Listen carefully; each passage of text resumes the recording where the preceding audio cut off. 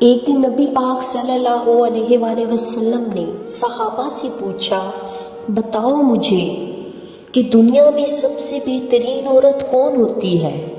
لوگوں کا اپنا اپنا خیال تھا۔ کچھ کا خیال تھا کہ جو قرآن پاک کی حافظہ ہو، کچھ کا خیال تھا عالمہ فاضلہ ہو، کچھ کا خیال تھا بچوں کی تربیت ٹھیک کرنے والی ہو، دین جس نے بچوں کو سکھایا وہ بہتر ہو۔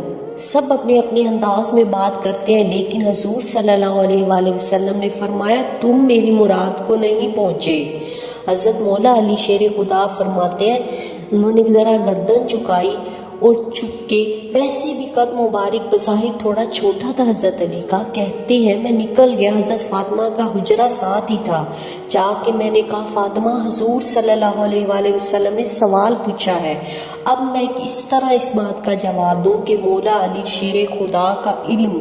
حضور صلی اللہ علیہ وسلم نے فرمایا میں علم کا شہر ہوں تو علی دروازے ہے، تو اگر حضرت علی بھی کسی سے مسئلہ پوچھنا چاہے تو پھر بتاؤ کہ سیدہ فاطمہ کا علم کتنا شاندار ہوگا، ان کے علم کا کیا مرتبہ اور مقام ہے کہ حضرت فاطمہ سے پوچھا جا کے، کہا اے فاطمہ کہ آج نہ حضور نے سوال پوچھا ہے تو سب صحابہ حیرت میں ہیں۔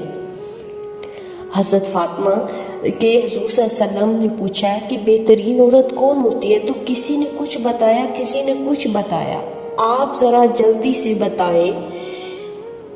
تو حضرت فاطمہ کہنے لگیں علی بہترین عورت پتہ ہے کون ہے؟ یہ آپ نے غور کرنا ہے لفظوں پہ۔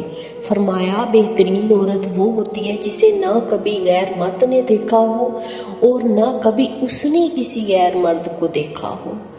سبحان اللہ، کتنی خوبصورت بات ہے۔ کائنڈلی میرے چینل کو لائک کریں، سبسکرائب کریں اور میری ویڈیو کو ضرور شیئر کریں۔ Thank you so much. Allah